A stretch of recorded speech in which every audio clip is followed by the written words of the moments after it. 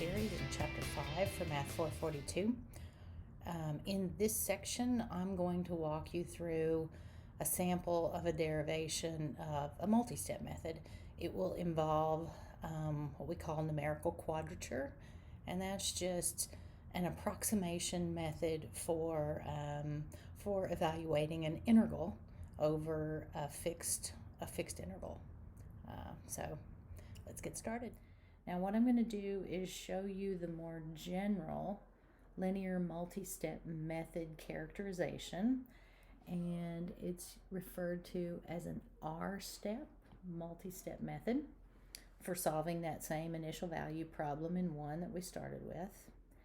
And the way it works is you start with R starting values. So in order to obtain all of these R starting values, well, this one you get for free because that's your initial condition.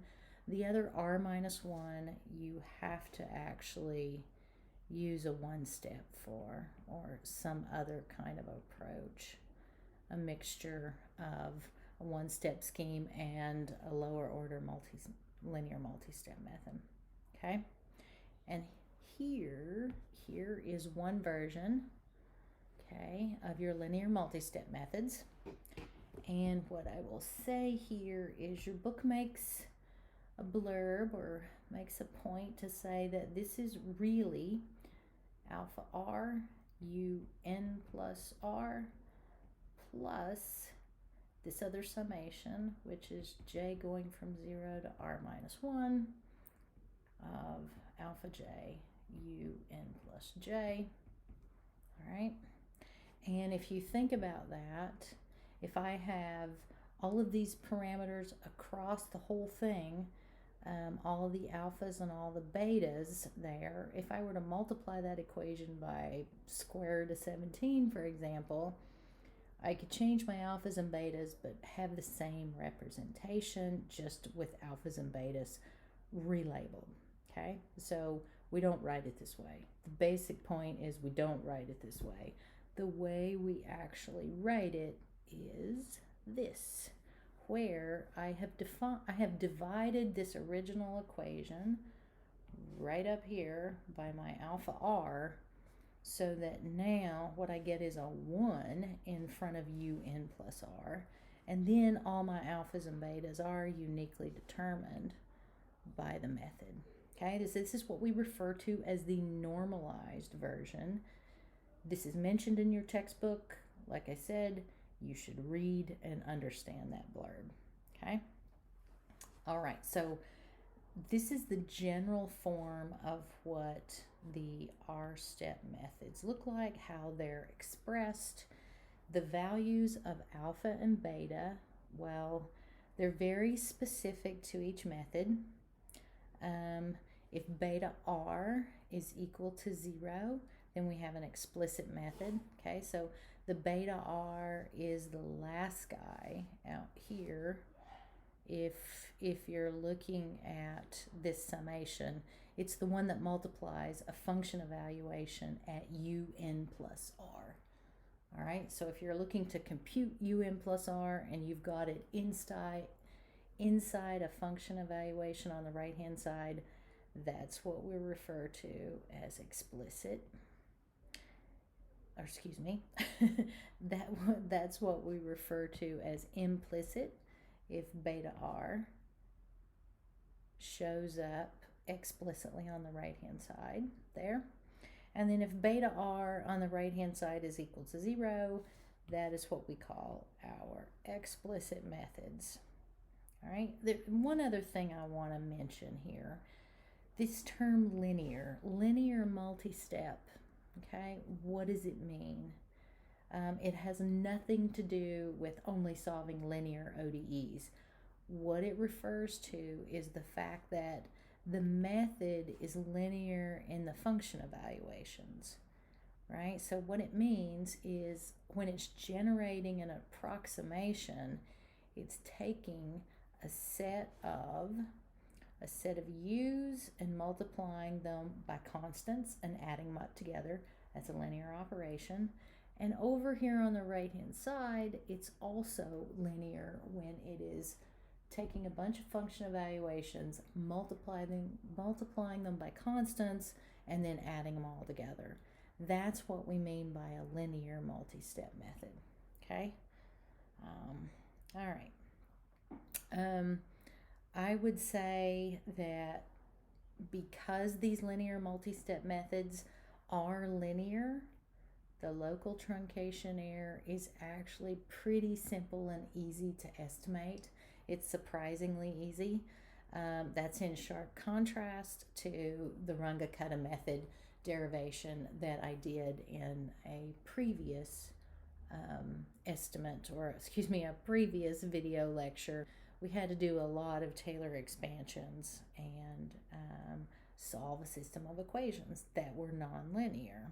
Local truncation error will be done for LMMs in section 5.9, I believe. So stay tuned for that right after break. Now let me just say a little something about derivations, okay? There are necessary and sufficient conditions so that you know that multi-step methods are both what we call consistent and convergent, and we'll start thinking about those quite a bit more in section 5.9. For now, here's a sketch of how you would derive these Adams-Bashforth and Adams-Moulton methods, okay? Simple ideas, but very, very powerful. So let me walk you through a bit of a derivation here. We are solving u prime equals f. All right, from there, here's one simple idea. How about we integrate both sides? I think I've written this down before for a simple case. Okay, so let's integrate both sides. If I integrate on the left, so then I integrate with respect to my dummy variable here is going to be tau, and then I'm going to integrate only over, if I'm at t sub I and going to ti plus 1, let me do the integral over those bounds. What does that get you on the left side? Well, freshman calculus, u at ti plus 1 minus u at ti. Simple, right? Okay, on the right-hand side, we've got more work to do. But for just a minute, see how this expression gives you, for now, your true solution at ti, and how do I walk from u at ti to u at ti plus 1? Well, the way that I do that is to integrate my right-hand side over that same interval, okay?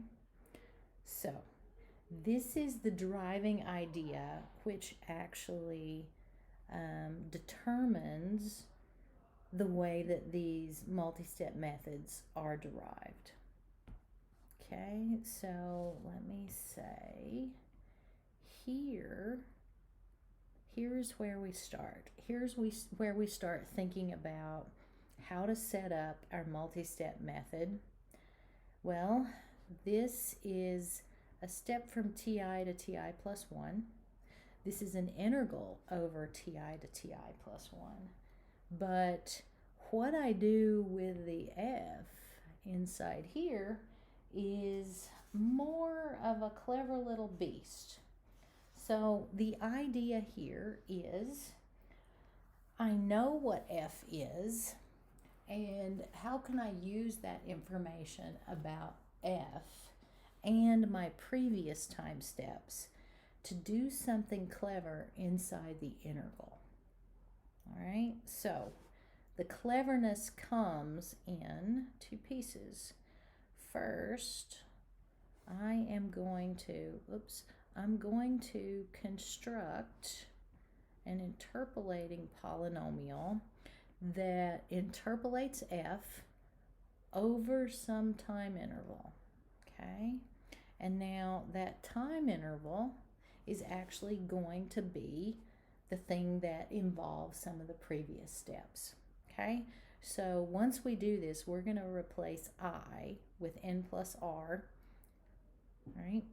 So that we actually go from n plus r to n plus r plus 1. So here's a picture.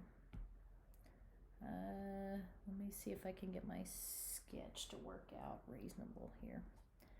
So think of it in terms of a few specific t values. Okay, now I think I have all of my function values plotted and noted on the left-hand axis there, on the y-axis. So now what I'm going to do is I'm going to use an interpolating polynomial to interpolate those function values that I have. And now I'm going to extend this guy. So maybe I put kind of a dotted idea here. Okay, and here's my extension. So this is p of t based on my previous function values. So that's interpolating values. This could be a Newton polynomial or a Lagrange polynomial. And then what I'm going to do is extend it through my region of interest. And now think about it. This polynomial will have coefficients, p of t, whose coefficients, just like your Newton polynomials, with u1, u2, u3, and k involved. And this integral up here, this thing right here, says integrate my function between ti and ti plus 1. Well, I can think of this polynomial as an estimate of what my function is doing on ti to ti plus 1 based on this interpolating polynomial. So then the integral says, well, what you want is some sort of estimate of this integral, or the area under f. I don't have f, but I could compute the area underneath my interpolating polynomial over that region. So this green guy here is essentially an estimate, right? That area is an estimate of that, and it will be in terms of my polynomial p of t, which means it'll be in terms of these previous values of my u of t, my previous approximate values of u of t. All right, that's the idea. Here's an implicit relation. So I'm going to show you one where I actually use some function value at the last point. Okay, so now let's switch over. So I have this idea, only now I'm going from tn to tn plus 1 here. So a simple case. I'll show you how that derivation works. Here's a one-step method. If I do an estimate of that integral, well, if I do the estimate of the integral, which is just the trapezoidal rule, right, which is really just essentially what I've got here, only I just take the area of that trapezoid, right? Well, what is it? It's just k over 2, so it's 1/2, right? The width of this interval from t3 to t4, or tn to tn plus 1, it's just the average of these two endpoints, right? So that's the picture right there. 1/2 f of tn, u of tn plus f of tn plus 1, u of tn plus 1. That is trapezoid rule applied to that integral. And that is O of k cubed. Wrong notation. Fix that in your notes. Thanks. once we have this numerical quadrature or integral estimate of integral, then this suggests our update. So the trapezoidal update is really using this idea, right? So this is what we call an implicit one-step method. That's our trapezoidal rule from before. And it just comes from using a Simpson's rule on this integral right here. Okay, now this is an idea that can be applied whether you use a Newton polynomial, so there's more than one way to interpolate. This could be a Newton poly, that's like the one that you did in your homework, or you could use fancier but messier Lagrange polynomials. Those could be used as well, and when those get used, then you get different kinds of forms for your interpolating polynomial, right? So Lagrange form is where you get more of those expressions. And now once you've done an interpolating polynomial, then the particular coefficients that you're going to get, right, for that R step are just, they come out of evaluating the integrals of Lagrange polynomials, right? So that's actually how those methods got derived, and that's why those coefficients look so weird, essentially. All right, so here's a few implementation notes for these linear multistep methods. Think about it this way.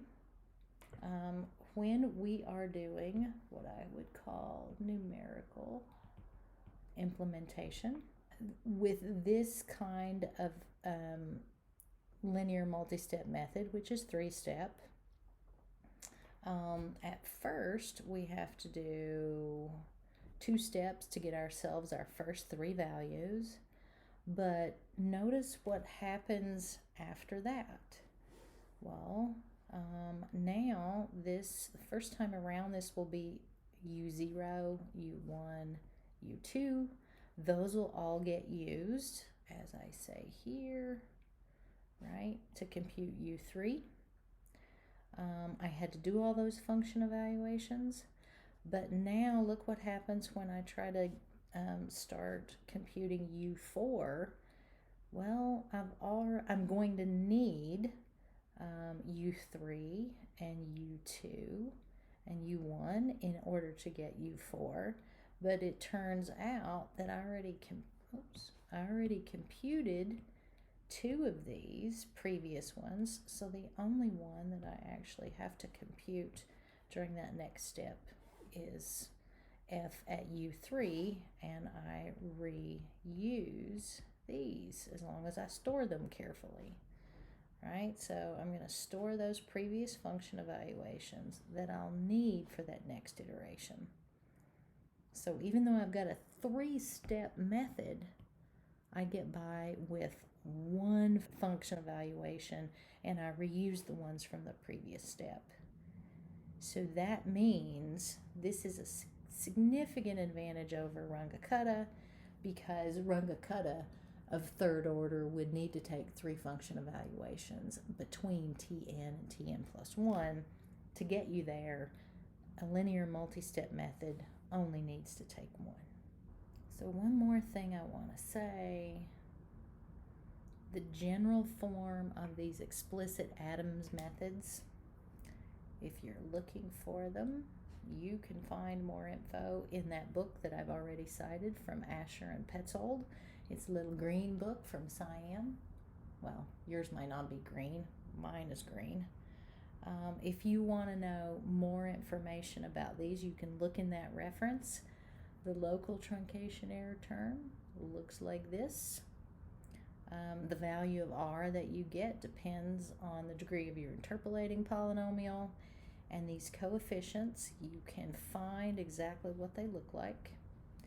based on your choice of R and your interpolating polynomial. They are ugly, but they are calculatable, and they come in this way. So first you get your gamma, that's this guy right here, and then you put your gamma in there, and then that's going to give you your beta j. All right, so these are ugly, but you can find tables that actually tell you what they are. For example, when r is equal to 1, your beta 1 is just 1. And when r is equal to 2, now I'm looking at, well, you've got two betas, a beta 1 and a beta 2. And the way to read this is that 2 beta 1 is 3. So beta 1 is 3/2, and 2 beta 2, whoops, is -1, so that means that beta 2 is -1/2. Okay, so that's how to read that table, and as it turns out, this is your constant in your error term that sits right up here. Okay, so it gives you the constant in front of your k and your derivative at your n plus r time step. And that is why all of the betas, all the coefficients in front of those Adams-Bashforth function evaluations look so daggone weird, is because they have this certain form, and so you can see how the table works there. You have things like, whoops, 23/12 minus 16/12 and 5/12 for some of your beta coefficients in your three-step Adams-Bashforth.